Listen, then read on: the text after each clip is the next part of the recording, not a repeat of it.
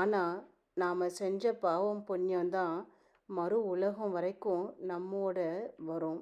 யாருக்கு எந்த விஷயத்துலையும் கெடுதல் நினைக்காம மனசை அன்பு மயமாக வச்சுக்கிறது தான் அகிம்சைன்னு பெரியவா சொல்லியிருக்கா.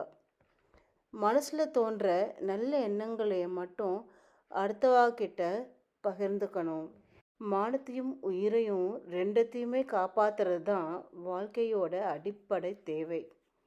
தேவைகளை கொஞ்சம் கொஞ்சமாக குறைச்சிக்க பழகின்றோம்னா மனுஷன் எப்போவுமே கவலையே இல்லாமல் வாழலாம்.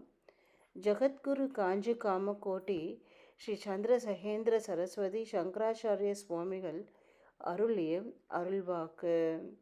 ஜெய ஜெய சங்கர ஹர ஹர சங்கர மகா பெரியவா சரணம். நன்றி, வணக்கம்.